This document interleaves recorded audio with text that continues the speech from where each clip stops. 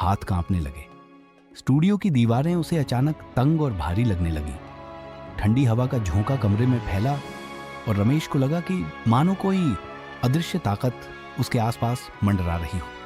वह बुरी तरह डर गया। तस्वीर को बार बार देखने के बावजूद वही दृश्य सामने आता, उसका शव उसी स्टूडियो की छत से लटकता हुआ। अगले 7 दिन उसके लिए किसी दुःस्वप्न से कम नहीं थे।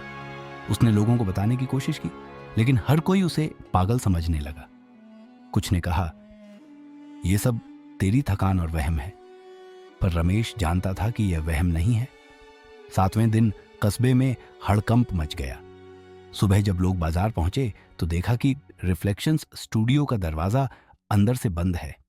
खिड़की से झांकने पर किसी ने देखा कि रमेश की लाश सचमुच छत से झूल रही थी। ये देखकर पूरा कस्बा दहशत में आ गया। खबर फैलते ही लोग दूर दूर से भागने लगे। किसी ने पुलिस बुलाई, लेकिन कमरे की हालत और भी डरावनी थी। अलमारी में रखी पुरानी तस्वीरें अपने आप हिल रही थीं, मानो उनमें कोई रहस्य छिपा हो। कमरे में अजीब सी ठंडी हवा बह रही थी। कई तस्वीरों में अधूरी छपाई थी, कुछ में चेहरा अधूरा तो कुछ में पृष्ठभूमि गायब। लेकिन हर तस्वीर जैसे चुपचाप किसी को चेतावनी दे रही थी। उस दिन के बाद से स्टूडियो हमेशा के लिए बंद हो गया। कस्बे में कोई भी उस गली से गुजरना पसंद नहीं करता। बच्चे कहते कि रात को वहां से कभी कभी कैमरे की फ्लैश जैसी रोशनी निकलती है। लोगों ने अपनी पुरानी तस्वीरों को या तो जला दिया या अलमारी में बंद कर दिया।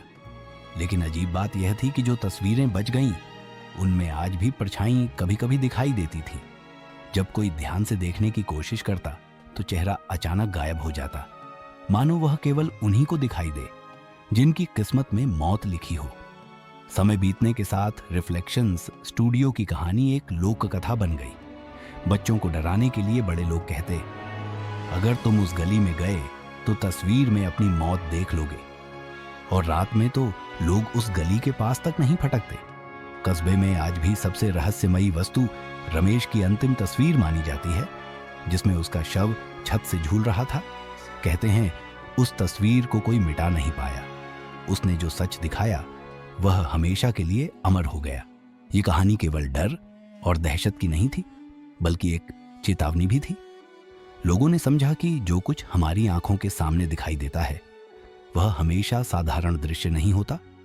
कभी कभी वह किसी अज्ञात शक्ति का संकेत, एक आने वाली त्रासदी की आहट भी हो सकता है। अधूरी तस्वीरें हमेशा अधूरी ही रहती हैं, लेकिन उनकी परछाई सच होती है।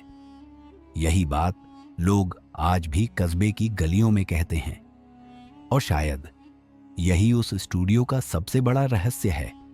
एक रहस्य जो कभी पूरा नहीं होगा,